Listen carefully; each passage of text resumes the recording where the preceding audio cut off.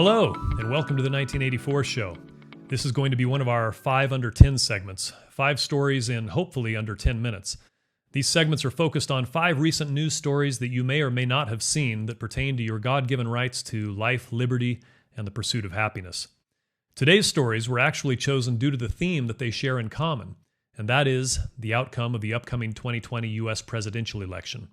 Now, right up front, I'll tell you that while I don't consider myself to be either Republican or Democrat, the words, actions, and choices of the U.S. Democratic Party in recent history is, in my opinion, enough to make any sane person shift as far away from them as possible. It's unfortunate that so many American citizens still think that they're siding with JFK's Democratic Party, when the reality is that the last half-century has seen the Democratic Party drifting steadily towards something that more closely resembles Vladimir Lenin's Bolshevik Party. At this point, if there's any encouragement, it's that the shift to extreme left has become so profound that more and more Americans seem to be waking up to the fact that they've been duped and they can no longer abide with the insanity. Well, enough commentary. The only reason that I mention it is this. The Democratic Party knows that they're in serious trouble. Serious trouble in this upcoming election, and even more serious trouble in its aftermath. As a result, they've begun hatching a plan that is reminiscent of the Emperor's New Clothes, to explain why their imminent defeat may actually be a victory. And so, as we look at these stories, keep this in mind. Predictive programming is not just some sort of conspiracy theory based on supposed past episodes of The Simpsons. There's a huge effort in the mainstream media right now to prepare you for what is coming. Trust me when I tell you that they're not going to this kind of effort and expense to float what-ifs or possibilities in front of you. In the next 2 months, the imagined Biden lead in the polls will be a fantasy that is harder and harder to sell. So, let's take a look at our stories. Story number 1. We are currently being told by numerous mainstream media sources that we may not know the election results on November 3rd, or, for that matter, anytime close to that. Stories such as this one from The Economist point out that the scare from contracting COVID will cause many Biden voters to shun showing up at polling places in favor of mail-in ballots. As a result, we're being told that final tabulations of the results may not occur for several days. This is a narrative that is being parroted by numerous outlets currently. Here is a similar story from HuffPost.com, where Michigan's Secretary of State, a Democrat, says that we should expect several days before we have a result for this year's election. The Chicago Sun-Times even comforts us with this scenario, telling us that mail-in ballots could delay election results well beyond November 3rd, and that's okay. Story number 2. The emergence of a red mirage. If you haven't already heard about this is probably the most important story that I will cover today.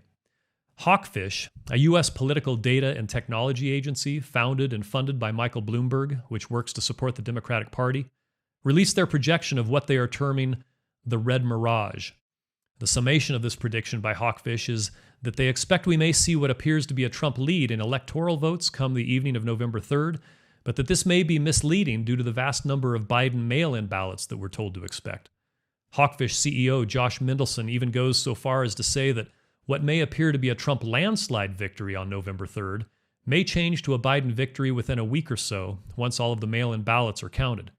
Here's Josh Mendelson describing this in his own words. That the data is going to show on election night an incredible victory for Donald Trump. That is likely to be what we see when every legitimate vote is tallied and we get to that final day, which will be some day after Election Day. It will, in fact, show that what happened on election night was exactly that, a mirage. It looked like Donald Trump was in the lead, and he fundamentally was not. Again, many other news outlets have been echoing this prediction, including this article by USA Today, which states that Trump may use the red mirage as a means by which to prematurely declare victory. Story number 3. Hillary Clinton recently alleged that she expects Republicans to mess up absentee balloting in order to alter the Electoral College results, and stated that Joe Biden should not concede under any circumstances because she thinks that this is going to drag out, and eventually she believes that he will win if we don't give an inch and if we are as focused and relentless as the other side is. Here's Hillary stating this in her own words. They have a couple of scenarios that they're looking toward. One is messing up absentee balloting so that they then get maybe a narrow advantage in the Electoral College on Election Day. Joe Biden should not concede under any circumstances because I think this is going to drag out.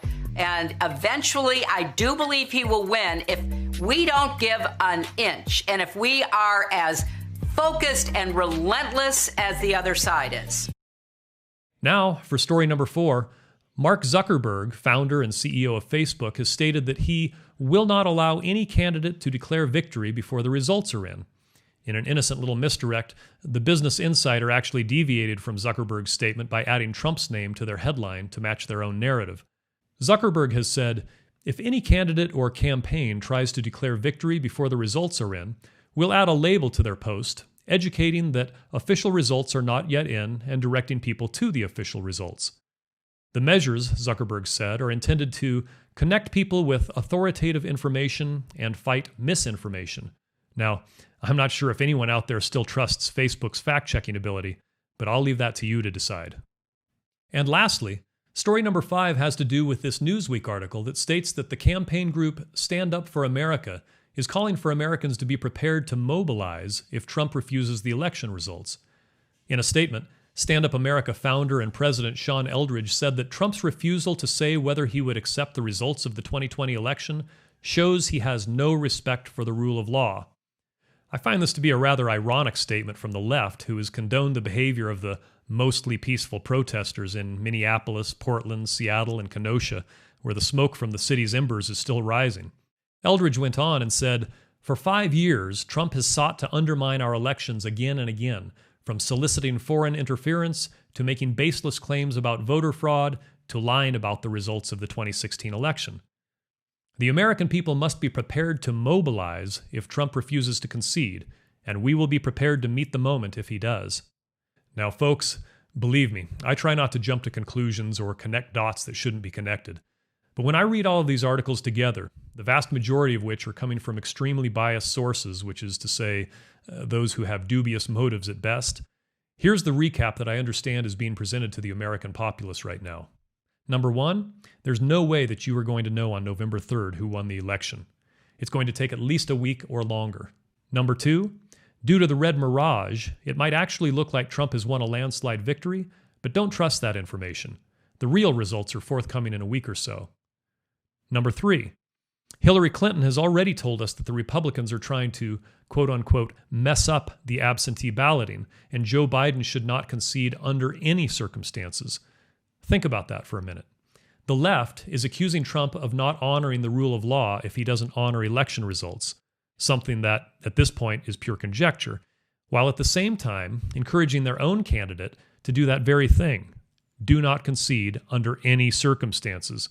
Well, Hillary, what if the circumstances are that Trump has the required electoral college votes to effectively win the presidency? No, not under any circumstances. Number 4, Facebook, an obviously time-proven politically biased organization, has told us not to believe any reports in regard to a victorious candidate until they have fact-checked the election outcome. Any post that does not agree with their assessment will be immediately flagged or removed. Number 5, if Trump should take Hillary's advice to Biden and refuse to concede, we have political action agencies already calling for a mobilization. Now, are we talking about a mobilization along the lines of BLM or Antifa hitting the streets with renewed vigor? Are we talking about the same kind of accept our demands or we will burn the system to the ground? Now, I hope that I'm reading all of these signs wrongly. I hope that this whole thing goes off without a hitch, and the United States just transitions from one presidential term into the next, peacefully and quietly, with no major upheaval. But I don't think that's the way to bet on this one. So, 2 things in closing. Number 1, anytime a political group begins promoting our democracy and saving our democracy like the Democratic Party has been doing more and more recently, beware. This is a huge warning sign that spells mob rule and ushers in a whole host of things that you want no part of. Feel free to check out my video on this topic on my YouTube channel entitled, "I Can Tell You Who to Vote For." Or, better yet, read this book, The Naked Communist, written in 1958 by W. Leon Skousen. Recommended by President Ronald Reagan, it really is the definitive book for understanding how the Democratic Party has become what it is today. Number 2, and I've said this in my videos before, but I'll say it again, if you are living in a major U.S. city right now, let's call that any city with a population of 500,000 or more, and all the more so if that city is under the authority of the Democratic Party. For example, does your city have a Democrat mayor? operating in a state under a Democrat governor, get out. Get out now. Call U-Haul, schedule a truck, and start packing. I believe that major civil unrest is coming to a town near you, and soon. Don't wait until it's too late. The George Floyd riots, Jacob Blake, these will just look like warm-ups by the time that this is all over. Trust me, you do not want to stick around in your already police-defunded hellholes to watch this one play out. The writing's on the wall. Get out of the heavily populated areas and stock up on food for you and your family. If I'm wrong about this, I'll gladly admit it and issue you a personal apology. Well, that's it for now. Until next time, may God bless you and your loved ones and protect you from tyranny and mayhem.